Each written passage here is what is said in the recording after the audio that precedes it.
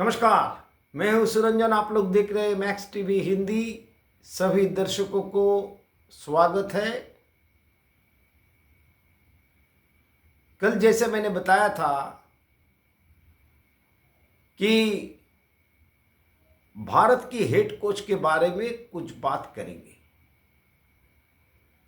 तो चलिए उनका जो वो कैसे बात करते हैं उसके ऊपर में पहले बात करते हैं। जैसे एक अश्विन का साथ में, अश्विन की टीवी चैनल के लिए उन्होंने जब पिछले बार आईपीएल चल रहा था तो उन्होंने एक इंटरव्यू किया। उसमें उन्होंने अश्विन का काफ़ी तारीफ किया और अपने आप को बहुत बड़ा अश्विन का एडमायरर के रूप में अपने आप को स्थापित किया। और ओवल में जब वर्ल्ड टेस्ट चैंपियनशिप हो रहा था उस वक्त अश्विन को नहीं लिया गया, इसके लिए उन्होंने खेद प्रकट की। और उसी इंटरव्यू के दौरान कहते कहते वो कह गए एक जगह कि winning dressing room is a happy dressing room. Dressing room खुश होना चाहिए। उसी इंटरव्यू में उन्होंने कहा कि हारना मुझे पसंद नहीं है।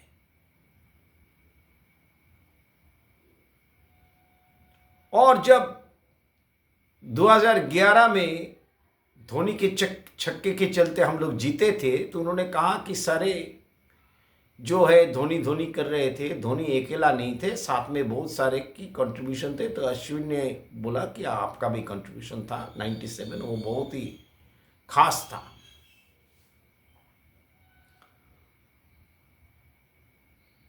तो इस तरीके का बातें, छोटे छोटे चीज को भी आपको आकलन करना चाहिए। ये गौतम गंभीर का उस इंटरव्यू में कहना था। उन्होंने कहा कि कोई अगर फील्डिंग करके भी कुछ करता है तो उसमें भी आपका योगदान होना चाहिए। It's a team sports, team के साथ में रहना चाहिए, टीम के साथ में सब कुछ करना चाहिए। और जीत वाला जो ड्रेसिंग रूम होता है उसका माहौल ही कुछ अलग होता है। तो केकेआर चैंपियन बन गई, केकेआर चैंपियन बन गया। उसके बाद में गौतम गंभीर का एक ऑरा जो है मीडिया में चलने लगा और सारे मीडिया वाले सब कुछ कहने लगे कि राहुल द्रविड़ के बाद अगर कोई कोच होगा तो गौतम गंभीर ही होगा। तो ये बातचीत चलते रही। तो गौतम गंभीर ने कहा ये बहुत बड़ा मौका है, भारत की कोच अगर हम बनते हैं तो इससे ज़्यादा कुछ नहीं होता है। फिर वो कोच बने, हेड कोच। उसमें बहुत सारे नाम तो नहीं आए, लेकिन डब्ल्यू रमन के नाम थे। और बीसीसीआई का पहला चॉइस था वीवीएस लक्ष्मण। लेकिन लक्ष्मण ने उस वक्त कह दिया कि मुझे फैमिली काफ़ी यंग है, तो फैमिली के बच्चे काफ़ी यंग है, तो इस तरीके से मुझे फैमिली छोड़ करके टीम के साथ में 1 साल 1.5 साल गुजरना वो मुमकिन नहीं है। इसलिए बीसीसीआई की आला कमान जो है उन्होंने गौतम गंभीर की तरफ में ही अपना सारा जिम्मेदारी दे डाली। उसके बाद में गौतम गंभीर कोच बनते हैं। पहले जिसके साथ में उन्होंने बात किया, अश्विन के लिए इतनी बात उन्होंने कहा, लेकिन बॉर्डर गावस्कर ट्रॉफी 2024-25 में क्या देखते हैं कि एडिलेड टेस्ट के बाद बीच टेस्ट सीरीज के अंदर अश्विन में अपना रिटायरमेंट घोषणा कर दिया। और अनाउंसमेंट करने के बाद उन्होंने कहा कि मैं समझता हूं कि मेरे में बहुत खेल बाकी है, मैं इंटरनेशनल क्रिकेट से रिटायर हो रहा हूं, लेकिन क्रिकेट से नहीं। मैं दूसरा जो खेलना है वो मैं खेलूंगा, आईपीएल खेलूंगा, सारा चीज़ खेलूंगा। तो मेरे पास में अभी भी खेल बाकी है। उस वक्त सुनाई ये दिया था जब अश्विन को लिया गया था टीम में, तो अश्विन उसी समय में नहीं जाना चाहते थे। उनको श्योरिटी चाहिए था कि उनको खिलाया जाएगा। तो पर्थ में तो उनको खिलाया नहीं गया। फिर एडिलेड में उनको लाया गया तो वहां पर वो बहुत बुरी तरीके से गेंदबाजी नहीं की। फिर उनको मेलबर्न में उनको ड्रॉप कर दिया गया और अश्विन बीच रास्ते से चले आए। तो गौतम गंभीर का जो ओवल टेस्ट में अश्विन को खिलाना चाहिए था, वो बेस्ट स्पिनर है। तो बीच रास्ते में अगर अश्विन चले आते, उसका कॉल, उसका रिस्पॉन्सिबिलिटी किसका ऊपर में जाएगा, यह सवाल है। उसमें गौतम गंभीर का कितना बड़ा हक था, कितना बड़ा हाथ था, और उसमें रोहित शर्मा की भी कोई जिम्मेदारी थी या नहीं थी।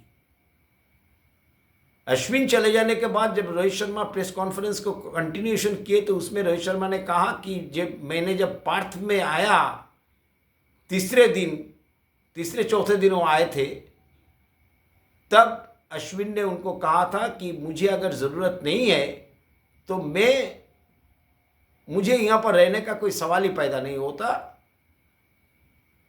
तो रोहित शर्मा ने उनको समझा करके किसी तरीके से मैनेज किया कि एडिलेड में खेलने के लिए। तो जिस ढंग से रोहित शर्मा को कम्युनिकेट किया, इससे तो लग रहा है कि ये जो चीज है, ये मैन मैनेजमेंट का ये जो तरीका, गौतम गंभीर इसमें ज्यादा जिम्मेदार है। अगर रोहित शर्मा ने जो प्रेस कॉन्फ्रेंस में बताया वो सही है। तीसरी बात, अश्विन जो है वो गौतम गंभीर को काफी रेस्पेक्ट करते हैं। उन्होंने कहा है कई इंटरव्यूज में कि गौतम गंभीर को जो रिवॉर्ड मिलना चाहिए था वो अंडररेटेड रह गए, उनको नहीं मिला। लेकिन अश्विन ने कोई सीन क्रिएट नहीं किया, उन्होंने रिटायरमेंट लेकर के चले आए। लेकिन ये कह कर जरूर आए कि मुझ में खेल अभी भी काफी बाकी है। मैं समझता हूं, मैं इंटरनेशनल क्रिकेट से रिटायरमेंट ले रहा हूं, लेकिन क्रिकेट से नहीं। तो गौतम गंभीर का जो कहना है और करने का तरीका है या मैन मैनेजमेंट है, वो वहां पर तो हो गया गलत। अगर रोहित शर्मा का कंटिन्यूएशन है प्रेस में, जो कंटिन्यूटी प्रेस कॉन्फ्रेंस था, जिसमें रोहित शर्मा ये कह रहे हैं कि मुझे पर्थ में अश्विन ने बताया था, अगर मुझे यहाँ पर नहीं चाहिए तो मेरा यहाँ पर ठहरने से कुछ फायदा है नहीं, मैं घर चला जाता हूं। तो ये बहुत बड़ी कम्युनिकेशन का प्रॉब्लम है। इसका जिम्मेदार कौन है? मान लीजिए जी, इसका जिम्मेदारी जो है मैं 60-40 रखता हूं। 60% रोहित शर्मा है, 40% गौतम गंभीर है। लेकिन रोहित शर्मा का वक्त पर भी वही हुआ। अचानक से सुनाई दे रहा है कि रोहित शर्मा नहीं खेलेंगे। गौतम गंभीर ने प्रेस कॉन्फ्रेंस में आकर के कहा कि अंदर का बात बाहर नहीं आना चाहिए। कल तय करते हैं, सिडनी के पहले दिन कल पिच देखेंगे, उसके बाद तय करेंगे कौन 11 में होगा नहीं होगा। सारे अटकलें जब चलने लगी, तब रोहित शर्मा ने प्रेस कॉन्फ्रेंस में आया, आकर के स्टार स्पोर्ट्स को एक इंटरव्यू देते हुए कहा कि कोई बाहर मुझे नहीं किया है, मैं खुद बाहर हुआ हूं। इसमें भी जो है सही बात नहीं कही है रोहित शर्मा ने। कम्युनिकेट गौतम गंभीर का तरफ से किया गया था किसी भी तरीके से। तो winning dressing room is a happy dressing room. तो गौतम गंभीर का दोनों मर्तबा जो मैन मैनेजमेंट का तरीका है, वो तो बिल्कुल ही गलत है।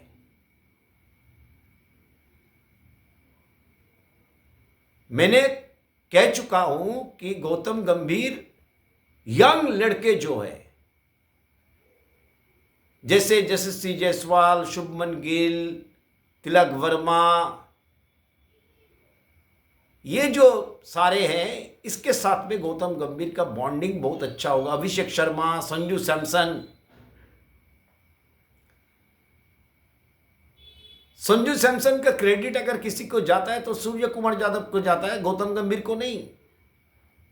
कारण सूर्य कुमार यादव ने संजू सैमसन को 8 से 10 मैच देने के लिए वचनबद्ध था कि 8-10 तो अगला जो T20 होगा उसमें तू खेलेगा और ओपन भी करेगा।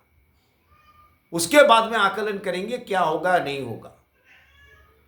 और वो मैसेज सूर्य कुमार यादव ने गौतम गंभीर को बहुत अच्छे तरीके से किया होगा। और गौतम गंभीर का पसंदीदा खिलाड़ी है सूर्य कुमार यादव, क्योंकि वो लोग एक साथ में खेले हैं KKR में। और गौतम गंभीर मैन मैनेजमेंट तभी अच्छा कर पाएंगे जब उसके पसंदीदा खिलाड़ी होना चाहिए। उसका पसंद नापसंद का जो तरीका है वो अजीब गरीब है। उनके हिसाब से ठीक है, गौतम गंभीर का जो लॉजिक है, गौतम गंभीर का जो फिलॉसफी है उसमें ठीक है, लेकिन हर एक बंदे के लिए वो ठीक नहीं है। तो दोनों तरफ, रोहित शर्मा का समय में भी और अश्विन का समय में भी गौतम गंभीर का जो तरीका था वो बिल्कुल गलत, और जो इंटरव्यू में वो कह गए उसके साथ में यहां पर कोई मेल नहीं होता है।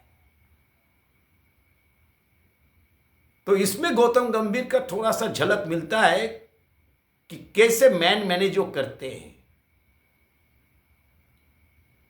उन्हें अपने मन मुताबिक सब सपोर्ट स्टाफ लिए, सपोर्ट स्टाफ के अकाउंटेबिलिटी का वो बात करते हैं, तो सपोर्ट स्टाफ का अकाउंटेबिलिटी कौन देगा? उन्होंने रोहित शर्मा का सिडनी टेस्ट के पहले प्रेस कॉन्फ्रेंस में उन्होंने कह के गया कि अकाउंटेबल सपोर्ट स्टाफ भी होते, कोच भी होते, तो अकाउंटेबिलिटी कहां है? राहुल द्रविड़ छोड़ने के बाद, एक T20 वर्ल्ड कप जीता हुआ टीम को छोड़ने के बाद पूरा टीम बिखर गई है, T20 में नहीं। मैंने कल भी वीडियो में कहा था कि गौतम गंभीर T20 में सक्सेस हो सकते हैं और सक्सेस हो रहे हैं, बड़े में भी हो सकते हैं, ICC टूर्नामेंट में भी हो सकते हैं, लेकिन वनडे और टेस्ट क्रिकेट में गौतम गंभीर का जो तरीका है, जब तक ये सीनियर्स रहेंगे तब तक गौतम गंभीर को सफलता मिलना बहुत ही मुश्किल है। और ट्रांजिशन पीरियड में युवा खिलाड़ी के साथ, सारे युवा खिलाड़ी के साथ में उनका व्यवहार भी एक तरीके का नहीं है। तो ये अश्विन और गौतम गंभीर का जो इंटरव्यू, उसका किस्सा, उसके बाद में अश्विन का साथ में जो हुआ, जो मैसेज अश्विन ने रोहित शर्मा को पर्थ टेस्ट के समय में वक्त में कन्वे किया, उसके बाद में रोहित शर्मा के साथ में जिस तरीके से हुआ, ये सारे चीज से आप लोगों को क्या लगता है, आप लोग कमेंट्स करके जरूर बताइएगा। और एक किस्सा अगले वीडियो में बताऊंगा। तो ये वीडियो अगर अच्छा लगे तो आप लोग जरूर मैक्स टीवी हिंदी को शेयर कीजिएगा, लाइक कीजिएगा, कमेंट्स कीजिएगा और चैनल को सब्सक्राइब कीजिएगा। और बेल आइकॉन, बेल का जो घंटी होती है वो घंटी को दबा के रखिएगा। बहुत बहुत धन्यवाद।